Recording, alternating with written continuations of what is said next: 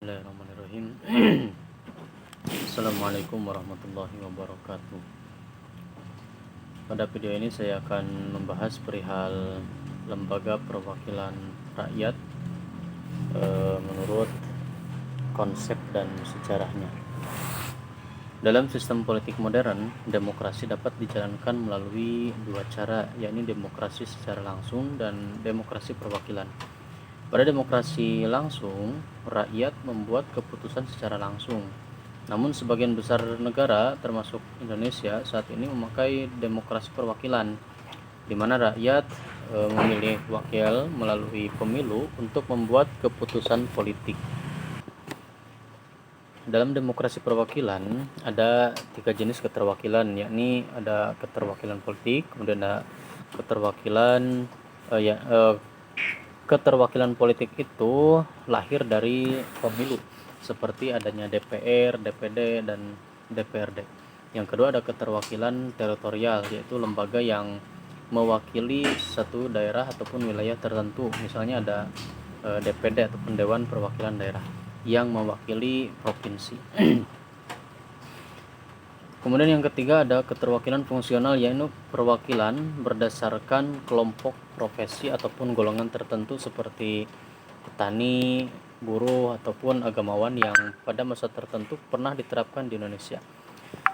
Mekanisme demokrasi perwakilan bekerja melalui tiga langkah, yakni rakyat datang ke bilik suara, kemudian rakyat memberikan mandat kepada kandidat. Nah, lalu kemudian kandidat yang terpilih akan menjalankan kebijakan dan kewenangannya di lembaga perwakilan. Namun, demokrasi perwakilan memiliki beberapa kelemahan. Di antaranya, wakil rakyat tidak selalu berjalan sesuai dengan kehendak ataupun keinginan rakyat ketika mereka sudah terpilih.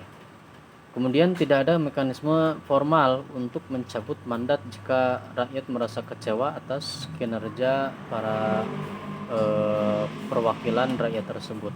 Dan satu-satunya jalur pergantian hanyalah melalui partai ataupun nanti di pemilu berikutnya.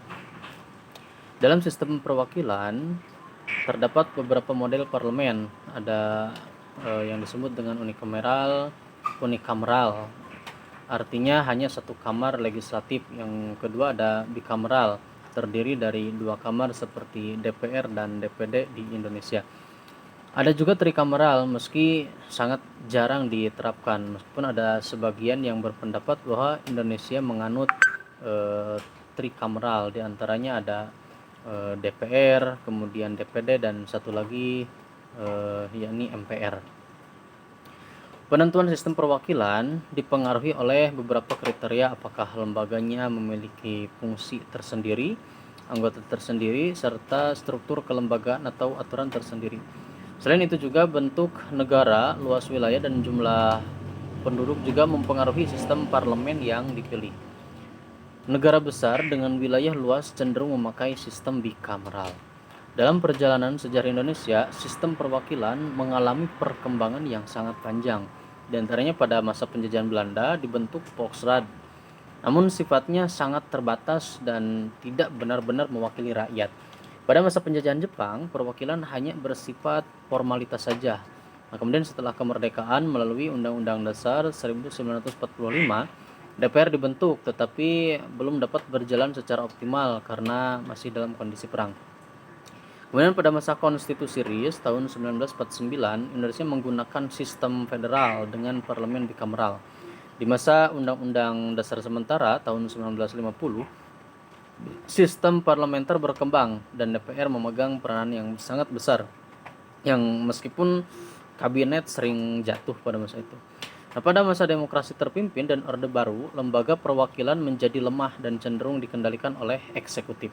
Baru kemudian pada masa era reformasi, lembaga perwakilan diperkuat melalui amandemen Undang-Undang Dasar 1945 yang kemudian lahirlah ada DPR, DPD yang semakin kuat dan sistem check and balance yang ditegakkan.